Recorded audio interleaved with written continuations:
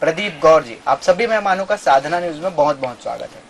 सबसे पहले प्रकाश सर आपके पास आऊंगा, क्योंकि एक बड़ा मुद्दा है। भारत ने भी कड़ी प्रतिक्रिया दी और भारत में भी इस गिरफ्तारी को लेकर विरोध हो रहा है। और जिस तरह से बांग्लादेश में अल्पसंख्यक समुदाय पर अत्याचार हो रहे हैं सरकार पलटने के बाद, तख्ता पलट के बाद, कैसे देख रहे हैं इस चीज को? देखिए, ये बहुत ही दुर्भाग्यजनक है और ये निंदा योग्य है। और विदेश मंत्रालय, भारतीय विदेश मंत्रालय ने भी जो इसकी निंदा की है वो तो अच्छी है, लेकिन मुझे लगता है कि इसका जो स्तर है, इसका जो लेवल है, बोलते हैं ना एक डोज का लेवल होता है, ये 10 mg, 500 mg, ये जरा लेवल कम है। ये स्तर ना और थोड़ा सा जो स्वर है और कड़क स्वर में इसके लिए कठोर आवाज में इसकी प्रतिक्रिया देनी चाहिए, क्योंकि बेशरम बांग्लादेश इस समय भारत सरकार की उस प्रतिक्रिया पे कह रहा है कि ये उनका आंतरिक मामला है, ये उनका आंतरिक विषय है। अरे बांग्लादेश में रहने वाले हमारे हिंदू भाई बहन, वो तो वहां के नागरिक है ना। अगर उन नागरिकों पे अत्याचार हो रहा है, उनकी सुरक्षा वहां नहीं की कर पा रहा है देश, तो वो भी तो उनका आंतरिक मामला हुआ। हमारे जो वहां पे शिक्षक हैं, हिंदू शिक्षक, चुन चुनकर वो महिला हो या पुरुष, उनको मारा जा रहा है, हमारे मंदिरों को ढहा जा रहा है, तो ये क्या उनका आंतरिक मामला नहीं है? बांग्लादेश अपनी औकात से ऊपर काम कर रहा है। जिसको हमने बनाया, भारत ने जिसको जन्म दिया, उस समय जब वहां के मुसलमानों पे इतना अत्याचार हो रहा था, वहां की माताओं बहनों को सरेआम काटा जा रहा था पाकिस्तान द्वारा, उस समय हमने इंटरवीन करके एक नया राष्ट्र दिया ताकि वो सुकून से रह पाए। और शेख हसीना के जाने के बाद जो ये मोहम्मद यूनुस, जो कि अमेरिकी एजेंट है, ये जिस प्रकार से वहां बैठ के तांडव कर रहा है, वो अपने नेतृत्व में ये सब काम करवा रहा है, ये सीधा तौर पे प्रायोजित है और सुनियोजित साजिश है। क्योंकि जिस प्रकार से पाकिस्तान अब एक आतंकवादी देश बन चुका है, बांग्लादेश भी वो दिन दूर नहीं कि अपने आप को आतंकवादी देश कहलाने से नहीं पीछे हटेगा। और ये जो इस्लामिक कंट्रियां अपने आप को जो इस्लामिक देश जो बना के पूरी तरह से इस्लाम की बात करते हैं, सबसे बड़ी प्रॉब्लम हमारे यहाँ क्या है? भारत में सत्ता के कारण जो हिंदू है, हिंदुओं पे अत्याचार हो रहा है, हिंदुओं की आवाज कोई नहीं उठा रहा है। हम अल्पसंख्यकों की यहाँ पे सुरक्षा कर रहे हैं और हमारे हिंदू भाई बहनों की सुरक्षा की कोई बात नहीं कर रहे हैं। यहाँ पे बांग्लादेश में चिन्मय दास ने क्या किया? उन्होंने तो सिर्फ हिंदुओं की जो आवाज है उसको उठाया, जो उनकी जो असुरक्षा हो रही थी उसके बारे में आवाज उठाई। उसको देखते हुए बांग्लादेश की सरकार को इतनी मिर्ची लगी कि उनको झूठे केस में फंसा के इस समय जेल में बंद कर दिया गया है। और ऐसा कोई क्लॉ नहीं है जिसके अंतर्गत वो उनको वहां से बेल मिले। ये सीधा सीधा षड्यंत्र है। जिस प्रकार ने अमेरिका ने पाकिस्तान को और उसके बाद नेपाल को, भूटान को और अब बांग्लादेश, श्रीलंका को जिस प्रकार से वो टारगेट करके भारत को घेरना चाह रहा है, ये एक पूरी रणनीति और एक साजिश का हिस्सा है। और बांग्लादेश ये जो हरकत कर रहा है उससे वो खुद ही गर्त में जाने वाला है। लेकिन इस समय भारत सरकार को और तमाम हिंदू संगठनों को उठकर एक सुर में आवाज उठाना चाहिए। कितना समय लगेगा बांग्लादेश को सबक सिखाने के लिए? अगर बंगाल की खाड़ी के माध्यम से अगर हमने अपनी व्यापारिक रास्ते रोक दिए, तो पाकिस्तान जैसे कटोरा में भीख मांग रहा है, बांग्लादेश की हालत तो उससे भी दयनीय हो जाएगी। ठिकान जी। प्रदीप जी, क्योंकि अंतर्राष्ट्रीय हिंदू परिषद के आप राष्ट्रीय मंत्री, और ये जो पूरा मामला है वो अंतर्राष्ट्रीय स्तर का मामला है, मतलब बांग्लादेश से सीधा कनेक्शन है इस पूरे मामले का। कैसे देख रहे हैं किस तरह की प्रतिक्रिया भारत की ओर से बांग्लादेश को दी जानी चाहिए?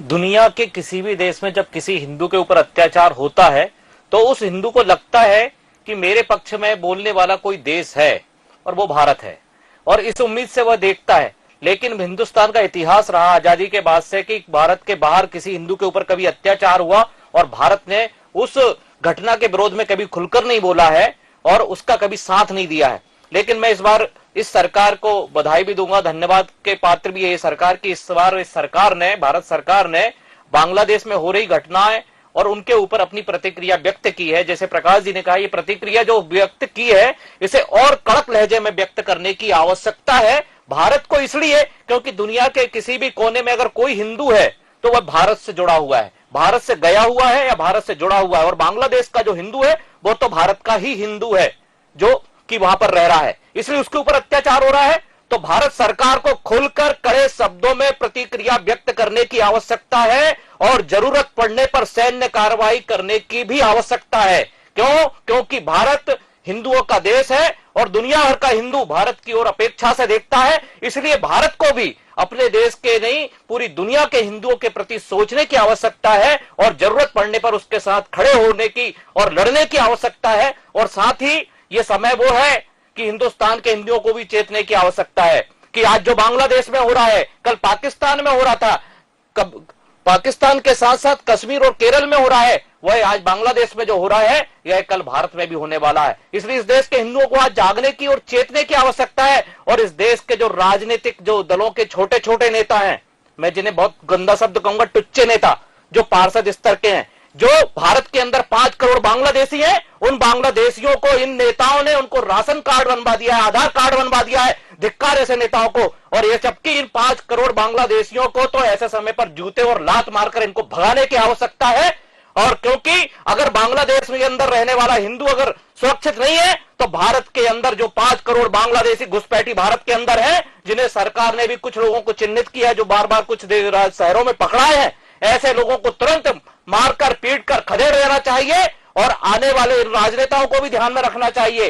अरे अपने जो स्वाभिमान को जगाओ कि जो बांग्लादेश के अंदर जो क्या हो रहा है और तुम लोगों ने क्या किया। क्योंकि ये जो काम किया है छोटे छोटे स्तर के जो राजनेता अनेक दलों के हैं, जो अपने वोट के खातिर अपने शहरों के अंदर उन बांग्लादेशी घुसपैठियों के राशन कार्ड बनाकर उनको भारतीय बनाने का काम कर रहे हैं। और ऐसे ही लोग भारत के अंदर रहकर ऐसी ताकतें जो आज बांग्लादेश में सिर उठा रही हैं, कल को भारत के अंदर भी वो लोग सिर उठाएंगे और भारत के हिंदुओं पर भी अत्याचार करने वाले हैं। इसलिए ऐसे 5 करोड़ बांग्लादेशी जो घुसपैठी भारत के अंदर है, इनको खोज कर निकाल कर खदेड़ देना चाहिए। ये इस समय की आवश्यकता है।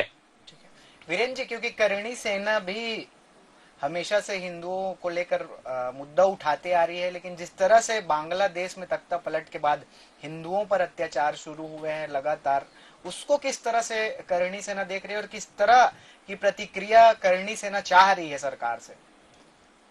देखिए, आपको बता देना चाहता हूं कि जैसा प्रकाश जी ने कहा कि बांग्लादेश ने कहा कि ये हमारा आंतरिक मामला है। आंतरिक मामला तब तक होता है जब तक वो अंदर तक रहता है। आज वो पूरे विश्व में जो है दिख रहा है कि किस प्रकार से हिंदुओं को, मैं ये अतिशयोक्ति नहीं होगी कि मैं बांग्लादेश को पाकिस्तान नाम देना उचित मानता हूं कि जो है जिस प्रकार से पाकिस्तान में आज 1% हिंदू बचे हैं, वही दिशा पे बांग्लादेश भी जा रहा है। मैं साफ तौर पर कहना चाहता हूं कि अगर हमें चाहिए, हमारे भारत देश को चाहिए, माननीय प्रधानमंत्री जी से निवेदन करना चाहूंगा और विदेश मंत्री जी से निवेदन करना चाहूंगा कि वो इसमें सख्त जो है निर्णय लें। और हमारे हिंदू भाई बहुत ही उम्मीदों से देख रहे हैं कि हमारा है कौन। निश्चित रूप से ये जो कार्य हो रहा है, साधु संतों के ऊपर इस तरह का अत्याचार, विदेशी जिस तरह से मलिच्छों ने, आक्रांताओं ने आज से पहले जब हमारा देश, हमारे लोग जो है इनके षड्यंत्र का शिकार रहे हैं, आज भी उसी प्रकार से बांग्लादेश में साधु संतों के साथ जिस तरह का अत्याचार हो, चिन्मय दास जी के साथ हो रहा है, बहुत ही निंदनीय है। और इसमें करणी सेना भी पूरे राष्ट्रीय स्तर पर आवाज उठा रही है और आगे भी जो भी जहां भी आवश्यकता पड़ेगी, बड़े अगर आंदोलन करने की आवश्यकता पड़ी तो हम सब साथ मिलकर के, हिंदुओं को लेकर साथ में, सनातन धर्म के साथ में मिलकर के हम इसके खिलाफ में आवाज उठाएंगे। प्रकाश सर, एक चीज और, आपने आंतरिक मामले का जिक्र किया। बांग्लादेश कह रहा है कि तथ्यों को गलत तरीके से पेश किया जा रहा है। जो चिन्मय दास की गिरफ्तारी हुई है उसके तथ्यों को गलत तरीके से पेश करने की कोशिश जो है वो की जा रही है, ये बांग्लादेश का कहना है। अब देखिए, चोर थोड़ी कहेगा कि मैंने चोरी किया है। सबसे बड़ी बात है जो हमारे हिंदू शिक्षिकाओं पे अत्याचार हुआ, वो कौन सा विषय है कि तोड़ मरोड़ कर प्रस्तुत किया जा रहा है? जो हमारे मंदिरों को ढाया जा रहा है वो कौन सा विषय है कि तोड़ मरोड़ कर प्रस्तुत किया जा रहा है? और हिंदुओं पे ही अत्याचार क्यों हो रहा है? सबसे बड़ी बात यह है कि वहां तो बाकी रिलीजन के भी तो लोग हैं ना, वहां ये हिंदुओं पे अत्याचार ये पूर्व एक नियोजित साजिश है जिस प्रकार से तख्ता पलट करना, क्योंकि जब तक शेख हसीना थी तब तक भारत के संबंध ठीक थे। ये एक सुनियोजित साजिश थी कि किसी भी तरीके से एक विध्वंस पैदा करके, वहां बवाल करके, एक इमरजेंसी आपातकालीन स्थिति लाकर तख्ता पलट किया जाए और तख्ता पलट करके हिंदुओं को टारगेट बनाया जाए। क्योंकि जिस प्रकार से तोमर जी ने कहा, मैं उनकी बात से सहमत हूं कि वो वापस पाकिस्तान बनने की राह पे है। और ये जो रणनीति है, ये कोई एक दिन की रणनीति नहीं है, ये कई सालों से चली हुई रणनीति है।